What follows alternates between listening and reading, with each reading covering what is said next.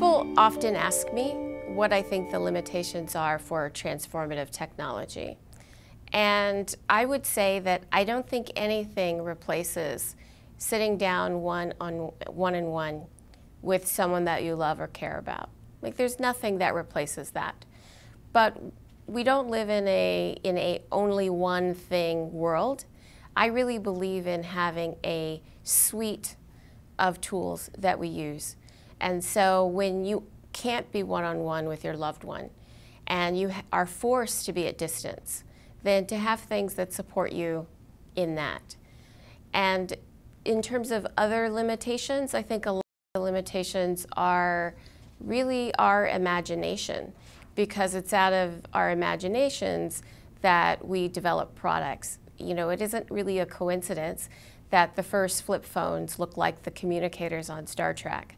Like, that's not a coincidence. It was sort of set, and then we worked to make it so. And so I think with transformative technology, or any technology really, it's being of the mindset that there won't be one way and there shouldn't be one input. So we should always prioritize real live interactions with other people. We should prioritize having healthy spaces in cities where people can connect and collide. We should have spaces where people of different backgrounds and socioeconomic levels come together, so we don't have stratified experiences, because part of growing up and becoming an adult is being exposed to a lot of different things. So we should have those too. And then we should also have technology that helps us work on the things that we're working on. And there's one device that I particularly love. I'm really interested in behavior change. I'm really interested in behavior change because it's really quite hard, and there's been a couple of studies that have come out on human willpower, and our willpower actually isn't that strong. And so there's two products that work on behavior change that I've been tracking. One uses affirmation and the other one uses cessation as a tool. So the cessation one is called Pavlovian, and it shocks you when you do something that you don't want to do. So it's a slight electrical shock, but it shocks you nonetheless, and you can sort of amp it up if you want to. Right now, there are some things that it can tell that you're doing, so you can put in a list of websites. So if you have a Facebook addiction and you want to get off that, every time you go to Facebook, the wearable, which you wear on your wrist, can shock you. Or they've been helping people with porn addictions, because there's basically like 10 words that matter. And you can put all of those in the app, and every time you go to a website with those words in it, then you get shocked.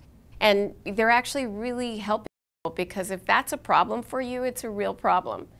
And so people need to have things that help them change the behaviors that they want to. The flip side of that is another device called Moti, which I just love it. It's this little ball that sits on your desk, and it's got a little face on it. And every time you do something that you want to do, you touch it, and it blinks and vibrates and it coos. And it sounds like a really silly thing. You're like, why would you do that? But it turns out that our inner mind, our monkey mind, the lizard brain, loves that.